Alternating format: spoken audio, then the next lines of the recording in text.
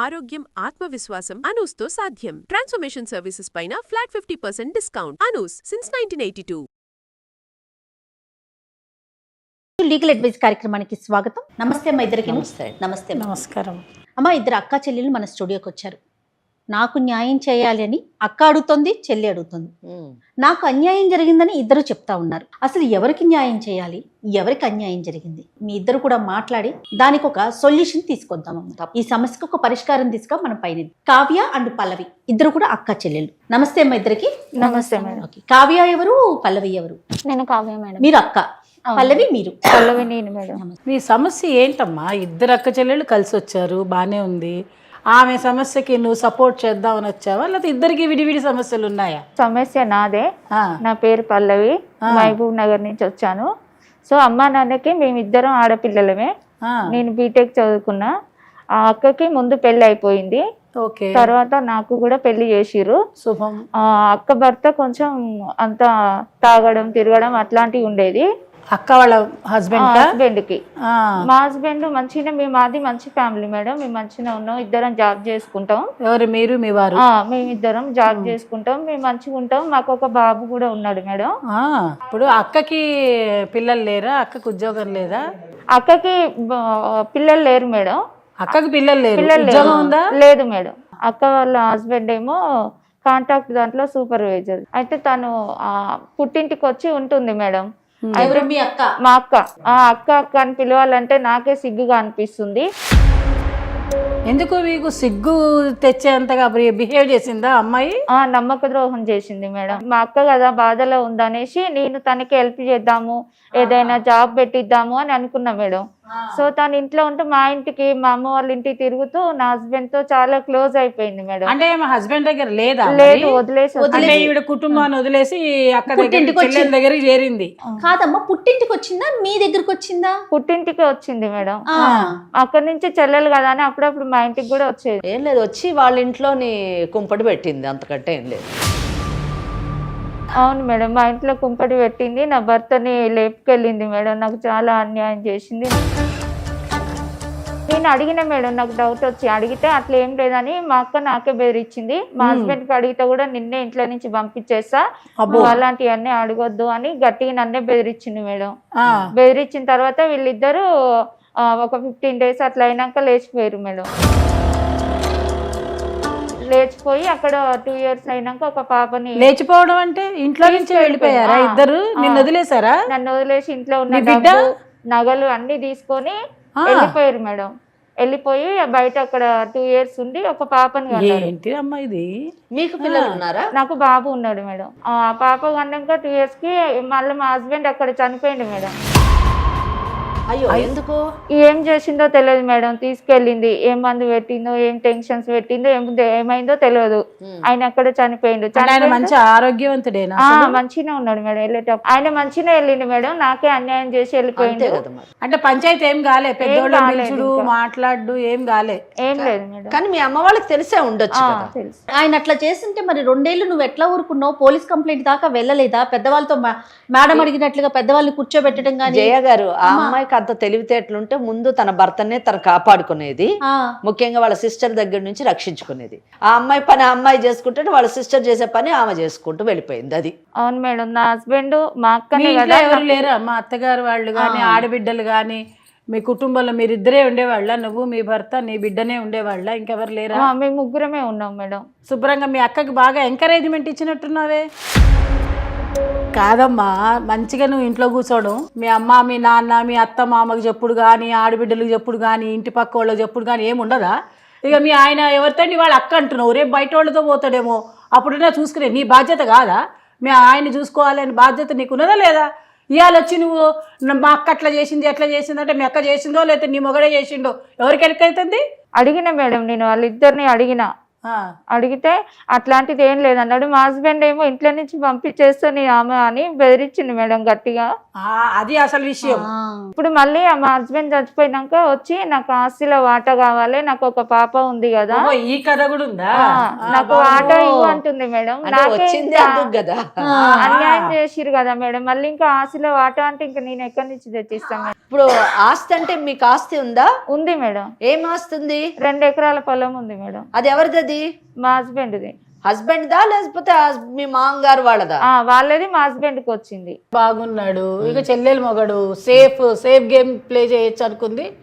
ఇటు డబ్బు కోసం ఇటు కోసం రెండింటికి బానే ఉంది కదా అని ఆటాడడం మొదలెట్టింది అక్క. అదే చూద్దాం, అంటే అది నిజమా ఎంత మటుకు ఆమె చెప్పిన మాటల్ని బట్టి అట్లా అర్థం. ఎప్పుడు మనం ముందున్నటువంటి మహిళనే మనం తప్పు పట్టడం కాదు, అతని బాధ్యత, అతని యొక్క రోల్ ఎంత ఉందో కూడా చూడాలి. అతను ఏ విధంగా ఈ అమ్మాయిని లొంగ తీసుకున్నాడు, లేకపోతే ఈ అమ్మాయి అతన్ని ఏ విధంగా లొంగ తీసుకుంది అన్న విషయం వాస్తవం మనం బయటకు వస్తాం. అప్పుడు అయితే ఇప్పుడు నీకేంటి, ఏం కావాలి, ఎందుకు వచ్చావు? ఆస్తిలో వాటా ఇవ్వమంటే నాకే అన్యాయం చేసి నా భర్త నా జీవితం నుంచి లాక్కెళ్ళిపోయింది కదా మేడం. మళ్ళీ ఇంకా నేను ఆస్తిలో వాటా ఇవ్వలేను, నాకు బాబు ఉన్నాడు కదా, మీరే న్యాయం చెప్పాలి మేడం. అదమ్మా చెల్లి పరిస్థితి అయితే అది. అమ్మా నీ పేరేంటిరా? నా పేరు కావ్య మేడం. కావ్య, ఏంటి అసలు మీ చెల్లెలేవో మరి నీ మీద ఇన్ని మాటలు అంటుంది, ఇవన్నీ నిజమేనా లేకపోతే అభాండాలా? అంటే అభాండం అంటే లేని మాటలు ఏమైనా అంటుందా? లేని మాటలు ఏమి అనలేదు మేడం, అన్నది నిజమే. కానీ నాకు నా జీవితంలో అన్యాయమే జరిగింది మేడం. అదేంటి నీ జీవితంలో అన్యాయం జరిగితే ఆమె ఇంటికి పోవడం ఏంది? నువ్వు ఏ విధంగా అన్యాయం జరిగిందమ్మా? మాకు ఇప్పుడు మటుకు విన్నంత మటుకు ఏమైనా అన్యాయం జరుగుంటే మీ చెల్లికి అన్యాయం జరిగింది. నువ్వు అక్క స్థానంలో అంటే ఒక తల్లి స్థానంలో ఉండి ఆమె భర్తను నువ్వు తీసుకువెళ్ళిపోయి నాకు అన్యాయం జరిగింది అని మాట్లాడుతున్నావంటే నీ ధైర్యానికి మెచ్చుకోవాలి. అసలు నీకు జరిగినటువంటి అన్యాయం ఏంటమ్మా? మా నాన్న ఇద్దరికి మంచి సంబంధమే చూసి చేసిండు మేడం. ఓకే, చూసి చేసిన దాంట్లో నాకు కొంచెం, అంటే నేను డిగ్రీ వరకు చదువుకున్నా, నాకు కొంచెం ఏదో తెలిసిన వాళ్ళు అనేసి చెప్పి చేసిండ్రు. వాడు తాగడము, అమ్మాయిలతో తిరగడము, బెట్టింగ్లు పెట్టుకోవడము, వేరే వాళ్ళతో రిలేషన్ లో ఉండడము, తాగొచ్చి ఇంట్లో కొట్టడము. అప్పుడు నువ్వేం చేయాలి? పోలీస్ స్టేషన్ లో కేసు పెట్టాలి మేడం. కేసు పెట్టాలి, నీకు నచ్చకపోతే వదులుకోవాలి, అంతేనా మేడం? ఆ పని చేయలేదు నువ్వు. ఇంట్లో పంచాయతీ పెట్టించి ఇట్లా అయినాక కూడా పెద్ద మనుషుల మధ్యన పెట్టించినాక కూడా మారలేదు, మారినా అని నటించేటోడు. ఇంటికి తీసుకొచ్చినాక ఎందుకు చెప్పినావు అనేసి కొట్టేటోడు మేడం. కొట్టి బాగా టార్చర్ చేసినాక ఇంకా వద్దు అని అనుకొని నేను పుట్టింటికి వెళ్ళిన మేడం. ఓకే, పుట్టింటికి వెళ్ళి అక్కడే ఉన్నాను మేడం. కొన్ని నెలల దాకా ఉన్నాను, ఒక 5 months దాకా ఉన్నాను. ఉన్నాక చుట్టుపక్కల వాళ్ళ మాటలు, భర్తను వదిలేసి వచ్చింది ఇక్కడ ఉంటుంది, ఈమెదే తప్పు అన్నట్టుగా 4 రకాల మాటలు అనడంతో నా మైండ్ చాలా డిస్టర్బ్ అయింది మేడం. అందరికి మంచి ఫ్యామిలీ అని చెప్పుకొని ఉన్న వాళ్ళు మేడం, అందరు ముందట బాగా నటించారు. పెళ్లి తర్వాత వాళ్ళ స్వరూపం అనేది బయటపడ్డది మేడం, వాళ్ళు ఏంటి అనేది. తర్వాత అందరూ టార్చర్ చేయడం, ఇంకా నేను అక్కడ ఉండలేకపోయినా, నేను బతకలేను. 5 నెలలు అయ్యేసరికి నీ వల్ల కాకుండా అమ్మ వాళ్ళ ఇంటికి వచ్చేసావా? అమ్మ వాళ్ళ ఇంటికి వచ్చేసి అంటే ఆయన అక్కడ వదిలేసి. అదేంటి ఫ్యామిలీ అందరూ ఉన్న అత్తయ్య మామయ్య అందరితో ఇష్యూ ఏనా నీకు? అత్త మామ ఉన్నారు మేడం, ఒక ఆడపడుచు ఉంటుండే, ఆమె పెళ్ళయి ఆమె వేరే దగ్గర ఉంటుంది మేడం. మరి డివోర్స్ తీసుకున్నావా? లేదు మేడం. ఆమె డైవర్స్ దాకా ఆలోచన పోలే. మొగడు ఏదో తాగుస్తున్నాడు, బెట్టింగ్ చేస్తున్నాడు, అట్లా చేస్తున్నాడు, ఇట్లా చేస్తున్నాడు అనే ఆలోచనలోనే ఉన్నది. కానీ తన భర్తని సరిదిద్దుకుందామని ఇప్పుడు పెళ్ళవ్వంగానే ఎవరి గుణాలు వాళ్ళకు ఉండొచ్చు, తొందరగా అడ్జస్ట్ అయ్యేటువంటి విధానంలో ఉండలేకపోయి ఉండొచ్చు. అంత మాత్రం చేత కుటుంబాన్ని వదిలిపెట్టేసి తల్లిగారింటికి పరిగెత్తుకుంటూ రావడం ఏంది అసలు? నాకైతే అర్థమైతలేదు అసలు. కట్టతో కొట్టేవాడు, సిగరెట్ తో కాల్చేవాడు, పెనంతో కాల్చి మరీ పెడితే నేను ఎట్లా బతకాలి మేడం? ఆ నొప్పులకు నేను ఎట్లా బతకాలి? నువ్వు ఎట్లా చాలా మంచి ప్రశ్న అడిగావు. అది మమ్మల్ని అడిగే ప్రశ్న కాదు, దానికి సమాధానం వేరే ఉంది. సిగరెట్లో కాల్చేవాడు, కొట్టేవాడు అంటే దానికి సొల్యూషన్ నువ్వు అతన్ని వదిలించుకోవడానికి ప్రయత్నం చేయాలి, అంతేగాని ఇంకొకటి తగిలించుకోవడానికి ప్రయత్నం చేయకూడదు. ఇంకొకళ్ళ కాపురంలో చిచ్చు పెట్టడానికి ప్రయత్నించకూడదు. దట్టు మీ ఓన్ సిస్టర్, మీ చెల్లెల జీవితాన్ని నాశనం చేసావు. చెల్లెల భర్తనా నువ్వు తీసుకునేది? నేను నాశనం చేయలేదు మేడం. నాది తప్పు ఉంటే వాళ్ళది కూడా ఉంటది కదా మేడం. అది కాదు, వాళ్ళ తప్పు ఉంటుందా అని నువ్వు అడుగుతున్నావు, బానే ఉంది. సరే, అంత దూరం కూడా పోవట్లే, నేను అమ్మ విషయం దాకా కూడా పోవట్లే, నీ విషయమే అడుగుతున్నా. నువ్వు తల్లిగారింటికి వచ్చిందని తల్లిగారింట్లోనే ఉండకపోయినావు, మీ అమ్మ నాయన దగ్గర ఉండాలి. ఉండే అమ్మ నాయన నాకు ఇట్లున్నది, నువ్వు ఇట్లాంటి వాళ్ళని ఇప్పుడు అమ్మ నాయన పెళ్లి చేసిరా, నువ్వు లవ్ మ్యారేజ్ చేసుకున్నావు, అమ్మ నాన్న చేసిండు మేడం. చేసిరు కదా, బాధ్యత ఎవరిది చేయ? ఖచ్చితంగా పేరెంట్స్దే ఉంటుంది. మరి ఎవరు చేయాలి? ఉంటాయి మేడం, వాళ్ళు చేసిండ్రు, వాళ్ళ బాధ్యత అయిపోయింది. కానీ వాళ్ళు ఏంది ఇప్పుడు నేను ఆ పుట్టింట్లోనే పడి ఉండలేను కదా మేడం. నా మరి ఏడబోతావు? మరి ఎందుకు వచ్చిన పుట్టింటికి? తప్పు చేసిన వాళ్ళే రోడ్ల మీద మస్తు మంది తిరుగుతున్నారు, నేను ఏం తప్పు చేసిన మేడం? రోడ్ల మీద మస్తు మంది తిరుగుడు కాదు జయ, ఇప్పుడు తప్పు చేయలేదని ఇంత బాధ్యత చెప్తుంది పిల్ల, మరి చేయకుంటే చెల్లె ఇంటికి ఎందుకు పోవాలి? అంతే కదా, అతనితో నువ్వు కాపురం చేయటం ఏంటమ్మా? చెల్లి ఫోన్ చేసింది, చేసి నువ్వు అక్కడ ఉండి బాధపడకన్నా నా ఇక్కడికి వస్తే నేను ఒక జాబ్ చూపిస్తాను, నీ బతుకు నువ్వు బతికేదానివి అని వెరీ అన్నది. గుడ్, 100% కరెక్ట్, తప్పు లేదు. 100% తన బాధ్యత ఒక ఇక్కడ చిన్నదైనా కూడా చాలా పెద్ద మనసుతోని పెద్దరికం వహించింది. తర్వాత వెళ్ళినా మేడం, వెళ్ళి ఉన్నాను. అక్కడ ఉన్న తర్వాత కొన్ని రోజులకి మా మరిది నీకన్నా అంటే మీ చెల్లి కన్నా నువ్వే బాగుంటావు, అసలు మీ చెల్లి కన్నా ముందు నిన్నే పెళ్లి చేసుకుంటే బాగుండేది, ఏదైనా తీసుకొస్తే నాకు కొనివ్వడము చేయడము, అంటే నా భర్త ప్లేస్ లో తను ఉండి అన్ని చేశాడు మేడం. మరి అప్పుడు నువ్వేం చేసావు? ఆ ప్రేమను నేను పొందలేక నేను నేను ఆటోమేటిక్ గా సిగ్గు అనిపించలా? తప్పు అనిపించలేదమ్మా? ఎందుకు తప్పు ఎంత మేడం? ధైర్యంగా చెప్తున్నావే తల్లి నువ్వు ఇంత మంది ముందు. అసలు ఇది ఎలా ఇదే మాట్లాడాలో సమాజం. మాకైతే అర్థం కావట్లేదు. ఎట్లా అనిపిస్తుంది మేడం? ఎట్లా అనుకోవాలి? తను కూడా ఇష్టపడ్డాడు కదా మేడం, తను అమ్మా, ఇష్టపడకపోతే అతను నేను నీ అనేదాన్ని. భర్త, నీ చెల్లెలు భర్తే తల్లి. భర్త ప్లేస్ లోని ఉండి అతను అన్ని చూసుకునేవాడు అంటే నీకు భర్త ఎలా అవుతాడమ్మా? నువ్వు అతనికి వదిన అవుతావు. వదిన అంటే తల్లితో సమానం. నా కొడుకు స్థానంలో ఉండి చూసుకున్నాడు అంటే ఒక సమాజం హర్షిస్తుంది, కానీ నా భర్త స్థానంలో ఉండి చూసుకున్నాడు అనడం ఏమైనా అర్థం ఉందా? అసలు నువ్వు ఆ ఆలోచనని ఎలా ఈ సమాజానికి ఎలాగా చెప్పాలనుకుంటున్నావో నీకు నాకు ఇంకా అర్థం జీవితంలో కావట్లేదు. ఎవరు తోడు రారు, నేను నీతో జీవితాంతం నేను ఉంటా, అది నువ్వు నమ్మేశావు, అది నువ్వు నమ్మేశాను మేడం. నమ్మేశావు. అది కరెక్ట్ అని కూడా అనుకున్నావు. కరెక్టే అనుకున్నాను. నువ్వు అలా అనుకున్నప్పుడు నా చెల్లెలు జీవితం పాడవుతుందన్న ఆలోచన నీకు రాలేదు. నీ ఎందుకంటే చెల్లెలకు బిడ్డకు అన్యాయం జరుగుతుందన్న ఆలోచన నీకు రాలేదు. నా బిడ్డ నా సొంత చెల్లానే అనుకున్నాను కాబట్టి నేను ఇట్లా ఒక స్టెప్ ముందుకేసాను మేడం. అంటే చెల్లెలు బిడ్డ తన బిడ్డే, ఓకే, అట్లాగే చెల్లెలు మొగుడు కూడా తన మొగుడే. అంటే నేనంటే తనకి ఇష్టం లేకపోతే తను నాతో వచ్చేవాడు కాదు కదా మేడం. ఇప్పుడు ఇద్దరం ఒక అండర్స్టాండింగ్ మీదనే ఉండి మేము వెళ్ళిపోయాం, పెళ్లి చేసుకున్నాం. ఇంకొకళ్ళు ఎవరన్నా వచ్చి నువ్వు అంటే ఇష్టం అంటే ఆయనతో వెళ్ళిపోతావా? ఎందుకు వెళ్ళిపోతాం మేడం? ఫోన్ ఎందుకు వెళ్ళవు? అదే తను బయట వాళ్ళు, తిను నాకు సొంత చెల్లె అంటే కాబట్టి సొంత వాళ్ళు ఎవరైనా రేపు నీ తండ్రితో కూడా అలాగే చేస్తావా? చెయ్యను మేడం. మరి ఒక బంధాలకి ఒక లిమిటేషన్ అంటూ ఉంటది కదా, ఉండొచ్చు మేడం, కదా, కానీ చేసిన బంధుత్వాలకి తప్పు కాదు మేడం. ఒక లిమిటేషన్ ఉంటుంది. ఎవరితోని మనము ఏ పని చెయ్యాలి అని మన సమాజం కానివ్వండి, మన పూర్వీకులు కానివ్వండి నిర్ణయించారు. దాని ప్రకారమే మనం ఉండాలి. అంతేగాని బయటోడు ఇంట్లోడు ఏంటమ్మా? అది ఏం కొత్త థియరీ చెప్తున్నావు నువ్వు? చెల్లి భర్తనే నా భర్త అనుకున్నాను మేడం. బాగుంది బాగుంది. అట్లెట్లా అనుకుంటావు నువ్వు? నా భర్త నీ ఎందుకన్నా? భర్త అని అట్లెట్లా అనుకుంటావు? అంటే నేను అది నా ఎంతవరకు కూడా పెళ్లి correct? చేసుకున్నాడు. తోడబుట్టి నా అక్కవని నీ జీవితం ఖరాబ్ అయిందని నేనేదో జాబ్ చూపించి అక్క కదా మంచి చూసుకుందామని ఇంటికి రమ్మంటే వచ్చి నా భర్తనే లాగేసుకొని వెళ్ళి నేను బరాబర్ నేను అంటాను. నా భర్త ఎందుకంటే నీ నా భర్త ఎట్లా పెళ్లి అవుతాడు? అయింది, మా పెళ్లి అయింది, ఒక పాప ఉంది. ఎట్లయితే నాకు ఒక బాబు ఉన్నాడు, నీ నిన్ను పెళ్లి జీవితం నాశనం చేసుకున్నట్టే నన్ను అయిందని పెళ్లి నా చేసుకున్నాడు. జీవితాన్ని కూడా నాశనం చేస్తావా? ఇప్పుడు ఇద్దరికి కావాలి కదా, ఇప్పుడు ఇద్దరు భర్త ఒకటే కదా, ఎట్లయితది? నా భర్త నువ్వు తీసుకెళ్ళినావు కదా, నీ నేను భర్త అంటే నేను నువ్వు తీసుకెళ్ళినాక చేసుకున్నావు నీ భర్త కదా. తప్పు బాగుంది చేయలేదా? బాగుంది, బాగానే సమాధానం ఇస్తున్నా అమ్మాయి. కాదు, నీ భర్త రాలేదా నాతో అని అడుగుతోంది ఇంకా పైపెచ్చు. నువ్వు అంటే నచ్చకనే కదా నాతో నచ్చింది, నాతో ఎందుకు వస్తాడు మరి? అట్లాంటి క్యారెక్టర్ అని ఇది అని అదా అని అనేసి నువ్వు నన్ను అంటున్నావు. నీ భర్తకి ఎంత ఇష్టం లేకపోతే నాతో ఎట్లా వస్తాడు? ఒక పాపను ఎట్లా కంటాడు? నన్ను ఎట్లా పెళ్లి చేసుకుంటాడు? నీ భర్త దగ్గర తప్పు లేదా? ఇప్పుడు తప్పున్నా లేకపోయినా ఇద్దరికి సమాన న్యాయం కావాలి. ఇప్పుడు ఇక్కడ వాళ్ళు తప్పు చేయాలనుకున్నప్పుడు నువ్వు కరెక్ట్ ఉండాలి. ఇప్పుడు మన ముందు కూర్చున్నది ఒక ఆడపిల్ల కాబట్టి, ఒక మహిళ కాబట్టి వాళ్ళని మనం చాలా గౌరవించేసి, లేదా వాళ్ళు చేసిన ప్రతి పని ప్రతి చర్య కూడా కరెక్ట్ అని చెప్పేసి చెప్పడము కరెక్ట్ కాదండి. అసలు మన వేదికే అది కాదమ్మా, మన వేదికే అది కాదు. అది కాదు. ఎందుకంటే మగోడే తప్పు చేస్తాడు, ఆడది అసలు తప్పే చేయదు. ఒకళ్ళు తప్పు చేసినా కూడా అది కరెక్ట్ అని ఒక టిక్ పెట్టేటటువంటి కార్యక్రమం కాదని నేను అనుకుంటున్నాను. ఇక్కడ పల్లవి మాట్లాడేటటువంటి మాటలు ఏ మాత్రం కూడా హర్షించదగినటువంటి కాదు. సమాజం ఇటువంటి మాటలు వింటే రేపు భావితరాలు వాళ్ళు ఇలా చేయడం కరెక్ట్ ఏమో అని అనుకునేటటువంటి పరిస్థితిని తీసుకొస్తుంది. నాకు ఇంకా సమన్యాయం కావాలి అంటుంది. సమన్యాయం ఏంటండి? పక్క వాళ్ళ భర్త దగ్గరికి వెళ్ళి నువ్వు పడుకొని నువ్వు పిల్లని కని ఇప్పుడు నువ్వు ఆ వచ్చి పిల్లకి ఆస్తిలో వాటా కావాలని అది అడుగుతుంది ఎలా అమ్మ. అది కుదురుతుంది? సమన్యాయం అంటోంది ఆ అమ్మాయి. ఇక్కడ చట్ట ప్రకారంగా చాలా చాలా లొసుగులు ఉన్నాయి. ఆ అమ్మాయి కేసులో ఆ అమ్మాయికి అర్థం కావట్లే. ఆ అమ్మాయి చాలా పొరపాటు చేసింది, న్యాయం కావాలి అని అడగడం. ఎందుకంటే ఆ అమ్మాయి దానిలో ఎక్కడ లీగాలిటీ లేదు. వదినంటే తల్లితో సమానం. అంటాం మనం. చెల్లి అసలు నీ భర్త కాకుండా పరాయి వాళ్ళందరూ పరాయి వాళ్లే కదా. వాళ్ళ భర్త ఎలా అవుతాడు?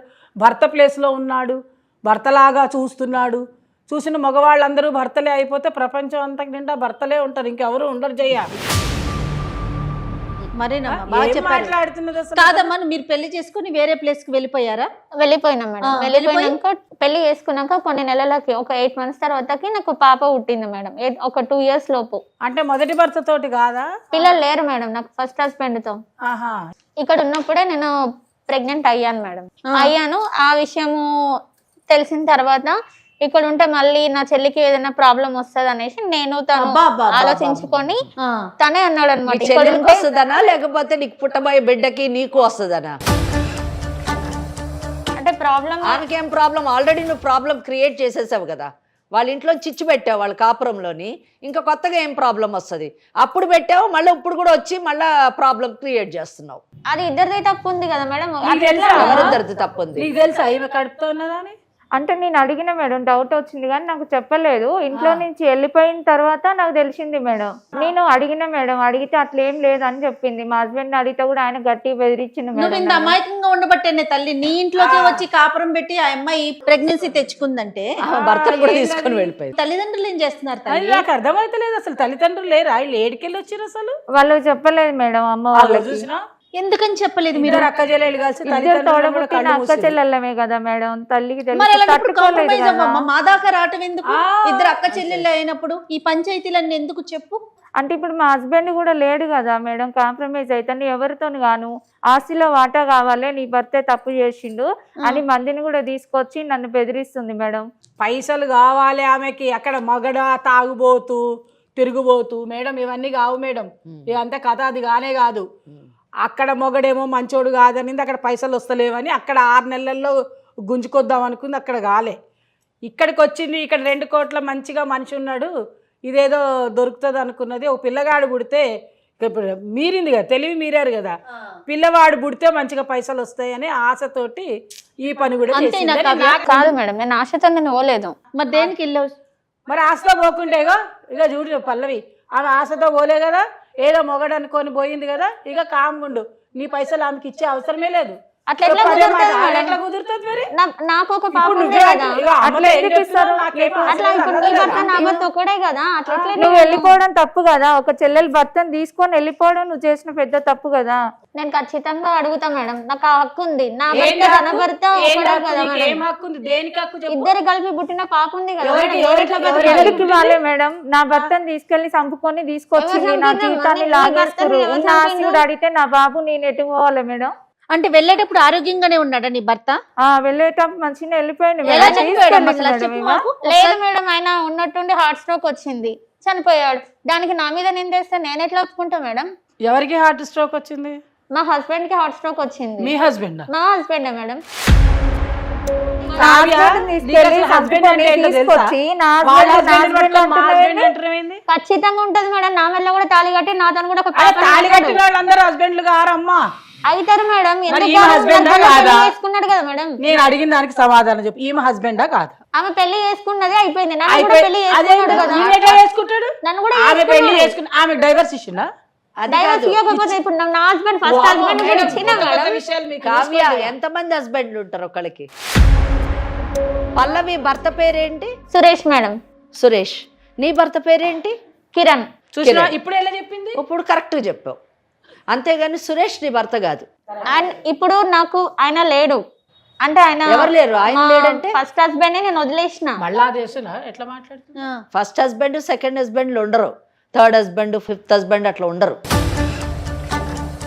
ఒకటే హస్బెండ్ ఉంటాడు. ఆమె పెళ్లి చేసుకుందా లేదా? నేను కూడా చేసుకున్నా కదా మేడం. నువ్వు చేసుకుంటే చెల్లదు. ఎంత మంది చేసుకుంటున్నారు మేడం, నేను చేసుకుంటే తప్పెందుకు వచ్చింది? నీకు చట్టం అనేది తెలియదు. ఫైనల్ ఏం కావాలో చెప్తే ఆస్తమ్మా ఆస్తిలో వాటా కావాలి. అంతే. తన భర్తకి అన్యాయం చేసింది ఎవరు? అసలు తన తల్లిదండ్రులు ఎవరికైతే ఇచ్చి పెళ్లి చేశారో ఆ కిరణ్ కి అన్యాయం చేసి వేరొక పురుషుడితో ఆమె వెళ్ళిపోవడం, ఆ భర్తకు అన్యాయం చేయడం. ఓకే. 2 తల్లిదండ్రులకి తలవంపులు తెచ్చింది. 3 తన సొంత చెల్లెలు భర్తతోని వెళ్ళిపోవడం, చెల్లెల జీవితాన్ని పాడు చేసింది. అంతే.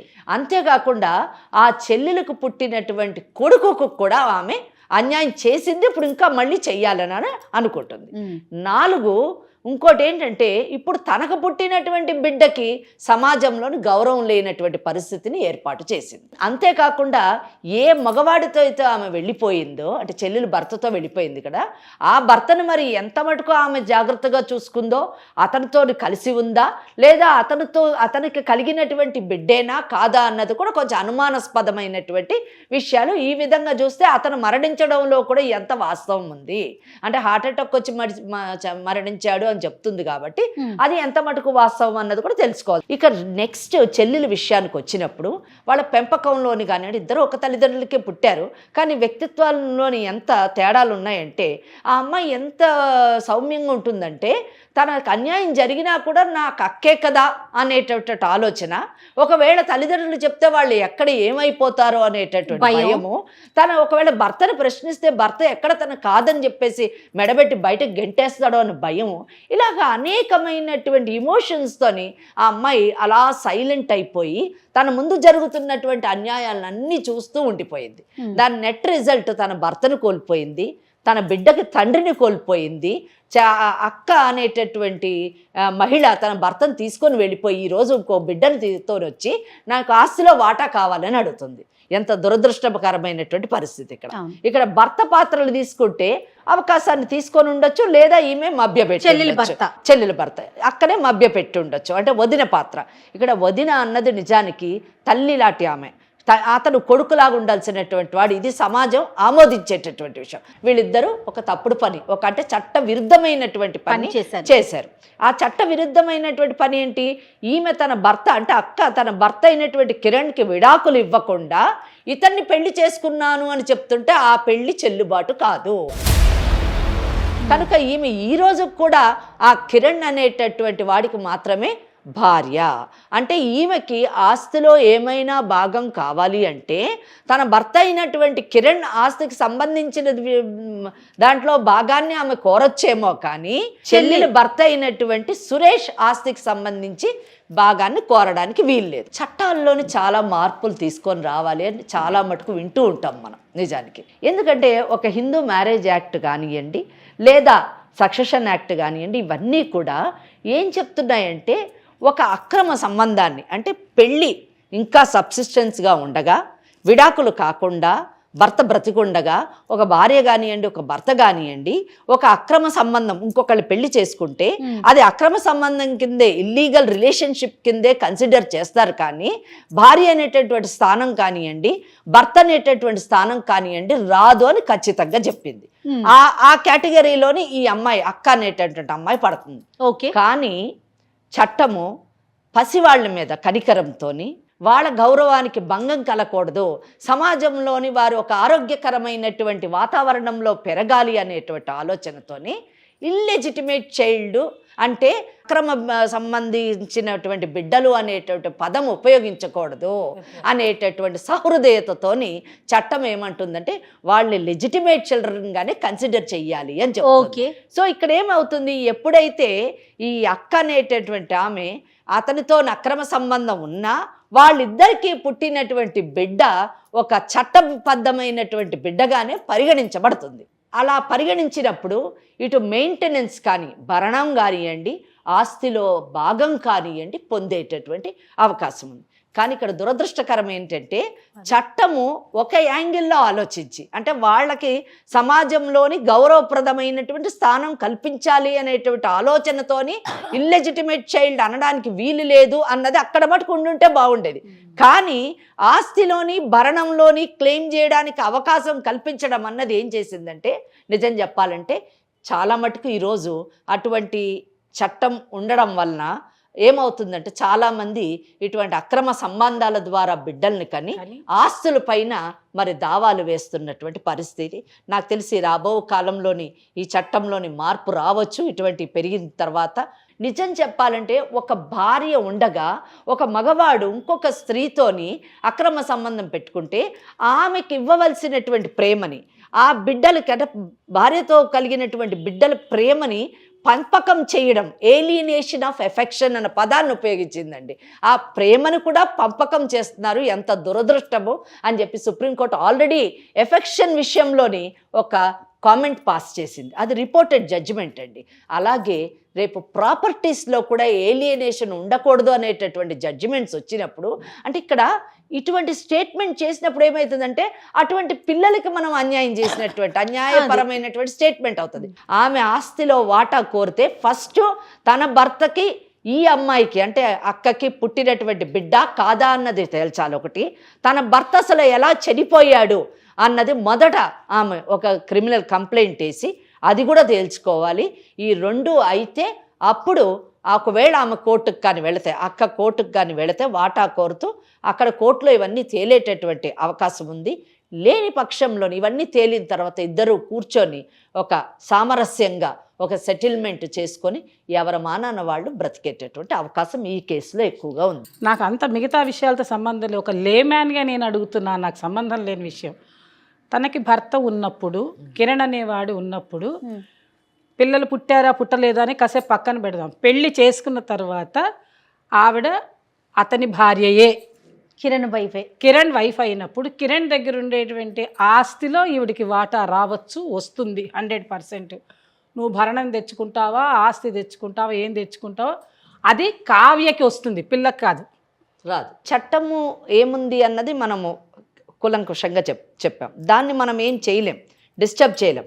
With in the parameters of law అని మనం మాట్లాడాలి. ఇదే చట్టం, ఈ కేసుకి ఇదే చట్టం. చట్టపరంగా వెళితే 100% ఆ అమ్మాయి కోర్టుకు వెళ్ళాలి. కోర్టుకు వెళ్ళి తన బిడ్డకు వచ్చేటటువంటి ఆస్తిలో భాగాన్ని పొందేటటువంటి అవకాశం ఉంది. కానీ ఇందాక మేడం చెప్పినట్టుగా నిజంగా ఆమెలో ఏమాత్రమైనా మానసిక సంక్షోభం కలిగి నేను మార్పు వచ్చి నేను నా చెల్లికి అన్యాయం చేశాను, ఆమె యొక్క వివాహ బంధాన్ని విచ్ఛిన్నం చేశాను, భర్తను లేకుండా చేశాను, ఉన్నప్పుడు కూడా ఆ బంధాన్ని నేను బ్రేక్ చేశాను, అలాగే ఆ బిడ్డకి తండ్రి లేకుండా చేశాను, అంటే నా చెల్లెలు బిడ్డకి తండ్రిని లేకుండా చేశాను, అంటే ఆ బిడ్డకి ఇవ్వాల్సినటువంటి ఎఫెక్షన్ ఇందిరా శర్మ కేసులో చెప్పినట్టుగా ఏలియనేషన్ ఆఫ్ ఎఫెక్షన్ లాగా అది కూడా నేను తుంచేశాను. సో అన్ని విధాలుగా అన్యాయం చేసినటువంటి నేను ఈరోజు మళ్ళీ వచ్చి ఇంకొక అన్యాయం చేయడానికి నా బిడ్డకు ఆ ఆస్తిలో వాటా ఇవ్వాలి అని అడగడము చాలా తప్పు, అన్యాయము, ఇది నిజంగా క్షమించరానటువంటి నేరము అనేటటువంటి ఆలోచన ఆమెకు కానీ వస్తే ఆమె మేడం ఇందాకన్నట్టుగా తన భర్త అయినటువంటి కిరణ్ దగ్గరికి వెళ్ళి నాకు ఆస్తిలో భాగం కావాలి అని అడిగేటటువంటి అవకాశం ఉంది. మేడం చెప్పినట్టుగా ఇట్స్ అన్ ఎక్సలెంట్ సజెషన్. కానీ ఆ కిరణ్ అనేటటువంటి వాడు ఆస్తి ఇచ్చేటటువంటి అవకాశాన్ని ఆమె కోల్పోయింది. ఎందుకంటే ఆమె తనకున్నటువంటి వివాహ బంధాన్ని విచ్ఛిన్నం చేసుకొని ఇంకొక మగవాడితో వెళ్ళిపోయిన తర్వాత how can she come back and ask, ఆ గ్రౌండ్ చాలు నువ్వెవరో అని చెప్పడానికి. సో ఇటువంటి పరిస్థితుల్లో ఏంటంటే ఆమె చేయాల్సింది ఏంటంటే నువ్వు ఏ ధైర్యంతోనైతే, నీకే చెప్తున్నాను, అర్థమవుతుందా, వింటున్నావా? వింటున్నాను. నువ్వు చేసిన తప్పులు, నేరాలు నీ మనసుకు మరి తెలుస్తుందో లేదో నాకు తెలియదు. ఎందుకంటే ముందు మేడం నీతో మాట్లాడినప్పుడు అసలు నువ్వు తప్పే చేయనట్టుగా, అసలు నేరమే చేయనట్టుగా, ఎవరికి అన్యాయమే చేయనట్టుగా ఇంకా వితండవాదం వాదిస్తూ ఉన్నావు. కానీ నువ్వు ఎన్ని తప్పులు చేసావు, ఎన్ని నేరాలు చేసావు, ఎంతమంది జీవితాల్ని నువ్వు పాడు చేసావు. మీ అమ్మ నాన్న తలవంపు తెచ్చావు, మీ చెల్లెలు జీవితం పాడు చేసావు, మీ చెల్లెలు కొడుకు జీవితాన్ని నాశనం చేసావు, అలాగే ఆమె భర్తను తీసుకెళ్ళి ఆయన చచ్చిపోయాడు, నీకు పుట్టబోయే బిడ్డ గౌరవం లేకుండా చేసావు. ఇంతమంది జీవితాలు నాశనం అవడానికి కారణమైన నువ్వు ఇప్పుడైనా మారుతేనే కనీసం నీ బిడ్డకి మంచి భవిష్యత్తుని, మంచి జీవితాన్ని ఇవ్వగలుగుతావు. నీలో ఏమన్నా మార్పు వస్తే ఈరోజు కూడా నీ చెల్లెలు ఒక్క మాట నిన్ను అనట్లేదు. ఏమంటుంది, మా అక్కే కదమ్మా అని అంటుంది. మీ అమ్మ నాన్నకి ఎందుకమ్మా చెప్పలేదు, పంచాయతీ ఎందుకు పెట్టలేదు అని మేడం అడిగితే ఆమె ఏమంటుంది, మా అమ్మ నాన్నకి ఏమన్నా అయిపోతుందేమో అని భయపడతా. అంటే బంధాల మీద, బంధుత్వాల మీద ఒకే తల్లి కడుపును పుట్టినటువంటి మీలోని ఎంత తేడా ఉందో చూడండి. చెల్లెలు ఈ రోజు కూడా నీ బంధం గురించి ఆలోచిస్తుంది. నువ్వు మాత్రము ఆస్తి కావాలి, డబ్బు కావాలి అని హక్కుల గురించి మాట్లాడుతున్నావు. నీకు లేని హక్కుల గురించి మాట్లాడుతున్నావు. నీలో నిజంగా ఏమన్నా మార్పు వస్తే, నీకు నిజంగా ఏమన్నా మనసు ఉంటే, నిజంగా నీ కూతురు భవిష్యత్తు బంగారంలాగా ఉండాలనుకుంటే, ఇప్పటికైనా నీ చెల్లితో ఎలాగో తీసుకొని వెళ్ళిన వాడు పోయాడు, నీ భర్త నువ్వు ఎలాగో వదిలేసావు, మిగిలింది నీ భర్తకి. నీకు ఈ రోజు ఉన్నది నీ చెల్లెలు కొడుకు, నీకు నీ బిడ్డ, ఇంతే. ఇదే నీకున్నటువంటి బంధాలు. ఈ బంధాలని కాపాడుకోవాలనుకుంటే నీ చెల్లెలతో మంచిగా ఉండు. నువ్వు ఎవరిని నమ్ముకొని వెళ్ళిపోయావో, ఏ ధైర్యంతో వెళ్ళిపోయావో అదే ధైర్యాన్ని కూడగట్టుకొని నీవు ఏదో చిన్న జాబ్ చేసుకొని నీ కూతురుతోని నువ్వు సుఖంగా ఉండు. నీ చెల్లెలే కాబట్టి నీ మీద ఎప్పుడు ప్రేమ ఉంది మా అక్క అని చెప్పేసి ఆ అమ్మాయి కూడా నీకు చేదోడు వాదోడుగా ఉంటుంది. అన్ని విషయాల్లో ఇద్దరు కలిసి సామరస్యంగా, బయట వాళ్ళు కాదు కదా, రక్త సంబంధికులు, సొంత అక్క చెల్లెలు కాబట్టి మీరు కలిసి ఉండొచ్చు. అంతేకాకుండా మీ నాన్న వాళ్ళకి ఏమైనా ఆస్తుందా? ఉంది మేడం. ఎంత ఉంది? ఒక ఇల్లు ఉంది మేడం. ఇంకా పొలం ఏం లేదా? 1 ఎకరం ఉంది మేడం. మరి ఇంకేంటి, మీరిద్దరు ఆడపిల్లలే కదా? ఇద్దరం ఆడపిల్ల. మరి ఇంకేముంది, ఆ పొలము ఇల్లు మీ ఇద్దరికి ఎలాగో చెరిసగం వస్తుంది. ఆ ఆస్తిని పెట్టుకొని మీరు బ్రతకొచ్చు కదా. వాళ్ళు ఇవ్వ అంటున్నారు మేడం. ఎవరెవరు అంటున్నారు? అమ్మ నాన్న ఇద్దరు. అమ్మ నాన్న నీకెవరు అంటున్నారా? అసలు ఇద్దరికి ఎవరు అంటున్నారా? నాకు ఇవ్వ అంటున్నారు. అవును, మరి నువ్వు చేసిన పనికి ఎవరు అంటున్నారు? సరే, వాళ్ళు పిలిపించి మేము మాట్లాడతాము, కౌన్సిలింగ్ చేసి సెటిల్మెంట్ చేసి ఆ ఎకరం పొలంలోని చెరొక 1/2 ఎకరము ఆ ఇల్లు ఉన్నంత కాలం వాళ్ళు ఉండి ఆ తదనంతరం మీ ఇద్దరికి సగభాగం ఇచ్చేటట్టుగా మేము ఒప్పిస్తాము. దాంతో ఇద్దరు హ్యాపీగా ఉండండి, మీ పిల్లల్ని పెంచుకోండి కనీసము. ఎందుకంటే రేపు మీ పిల్లలకి ఏం సమాధానం చెప్తారమ్మా? రేపు మీ అమ్మాయికి మా నాన్న ఎవరు అంటే మా చెల్లెలు భర్త మీ నాన్న అని చెప్తావా? అలాగే వీళ్ళ కొడుక్కి మా నాన్న ఎవరు అంటే మా అక్క మొగుడు అని చెప్తారా? ఎంత అసహ్యంగా ఉంటుందమ్మా. రేపు కూడా వాళ్ళు అటువంటి పనులే చేస్తారు. రేపు వాళ్ళు చేసే పనులు మీరు చూసి తట్టుకోగలగాలి. మీరు చేసిన పనులకి చచ్చిపోయాడు కాబట్టి సరిపోయింది, చచ్చిపోకపోతే తీసుకొచ్చి కూర్చోబెట్టేవాళ్ళం. కరెక్ట్గా చెప్పారమ్మా.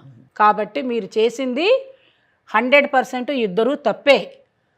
అయినప్పటికీ కూడా ధర్మంగా ఉండాలంటే ఇప్పటికన్నా కనీసం తల్లిదండ్రులతోటి సరిగ్గా ఉండి మేము తప్పు చేసామనే ఫీలింగ్ మీలో రావాలి.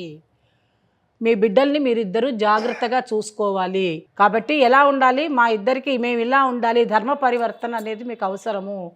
మీరు చక్కగా కనుక ప్రవర్తించినట్టయితే రేపు మీ పిల్లలు సవ్యంగా ఉండగలుగుతారు. కావ్య, ముఖ్యంగా నీకే చెప్తున్నాను నాన్న, నువ్వు మాత్రం ఇన్నాళ్ళు నువ్వేవేం మాట్లాడావు, నువ్వు ఎట్లా ప్రవర్తించావు అనేది కాసేపు పక్కన పెట్టేసేయి. జరగవలసినవన్నీ నీ జీవితంలో జరిగిపోయాయి. నీ చిన్న వయసులోనే నీకు ఇవన్నీ పెద్ద పనులు చేసావు, పెద్ద విషయాలు నీకు జరిగాయి. కానీ ఇప్పుడు నీకు ఓ చిన్న పిల్ల ఉంది. ఆ పాపని, అందులో ఆడపిల్ల, చాలా జాగ్రత్తగా చక్కగా పెంచు. తెలిసిందా? ఏంటి కాంప్రమైజ్ ఎలా ఉండాలో తెలుసా? మీరిద్దరూ చక్కగా కూర్చుని మాట్లాడుకోండి, కొట్లాడుకోవద్దు. మీ అమ్మ నాన్నగారు ఇద్దరు ఉన్నారు కాబట్టి వాళ్ళతోటి మాట్లాడుకొని ఇక రాబోయే మీ మొత్తం జీవితాన్ని వాళ్ళని జాగ్రత్తగా చూసుకోండి. చెల్లెలతోటి మంచిగా ఉండి, ఇద్దరు అక్క చెల్లెళ్ళు తోడుగా ఉండి మీ బిడ్డల్ని పెంచండి. ఏ పని చేసినా వాళ్ళ అమ్మాయిని గుర్తుపెట్టుకొని చేయాలి, అంతే. ఇప్పటికైనా సరే మేడం, తప్పు చేసినా మీ అమ్మ నాన్నని తీసుకొని రండి. మీరు తీసుకొస్తా మేడం. తీసుకొస్తే మేము వాళ్ళకి కౌన్సిలింగ్ చేసి మీకు ఆస్తిలో భాగం ఇప్పిస్తాము. మీరు బ్రతకడానికి ఒక దారి చూపిస్తాము. సో దట్ మీరు బ్రతకొచ్చు. అది కాదమ్మా, ఇప్పుడు ఆస్తి అడుగుతున్నారు వీళ్ళిద్దరు సమన్య. ఇప్పుడు నీకు ఆస్తి సురేష్ గారి ఆస్తి కావాలని అనుకుంటున్నావు కదా. ఒకవేళ ఇచ్చిన మీ అమ్మాయి చదువులకే కదా. వాళ్ళు బాగుంటేనే చాలు మేడం. ఇప్పుడు అదే కావాల్సింది అదే. ఎట్లా అయినా ఇద్దరు మంచిగా ఒక అండర్స్టాండింగ్ కి రండి. ఇద్దరు కూడా కాదమ్మా, ఇద్దరు పిల్లలు అనుకోండి. నీకు ఇద్దరు పిల్లలు అనుకోండి, నువ్వు కూడా చెల్లిగా నువ్వు ఎట్లనో అనుకుంటున్నావు. నువ్వేనమ్మా, నువ్వే అక్క, నువ్వే తల్లి. నీకు కూడా ఇద్దరు పిల్లలు అనుకొని మేడం వాళ్ళు చెప్పినట్లుగా నువ్వు కూడా ఏదన్నా మన కాళ్ళ మీద మనం నిలబడాలమ్మా. ఎంతసేపు ఎవడో ఒకడు వచ్చి చూసుకుంటాడు, అమ్మ వాళ్ళు చూసుకుంటారు, నాన్న చూసుకుంటాడు, కట్టుకున్న. ప్రపంచంలో డబ్బు ఒకటే ముఖ్యం కాదు, డబ్బు కూడా కావాలి. కానీ ధర్మంగా ఉండాలి, న్యాయంగా ఉండాలి, మంచితనంగా ఉండాలి. ఫలానా వాళ్ళ అమ్మాయి అని అనిపించుకునే విధంగా చదివించు. అర్థమవుతుందా? ఇది చూసిన 100 మంది 1000 మంది వాళ్ళు కూడా అయ్యో మనం తప్పు చేయకూడదు అనే మాట వాళ్ళకి రావాలే తప్ప మనం ఏం చేసినా చట్టం మనకు ఉందిలే అనే మాట మాత్రం కాదు. ఏమో అంతే కదా. అంతే, ఒకటే బంధాలను కాపాడుకో ఆస్తుల కంటే కూడా. దానికే ప్రాముఖ్యత ఇవ్వు. Okay madam. ఓకే అమ్మా. ఏమ్మా నీకు ఓకేనా? రైట్. తర్వాత మీ పేరెంట్స్ ఇద్దరితో కూడా మేడం వాళ్ళు ఇద్దరు కూర్చొని ఒకసారి మాట్లాడతారు. Okay madam. ఓకే రైట్ అమ్మా. థ్యాంక్ యూ సో మచ్ అమ్మా. నమస్తే.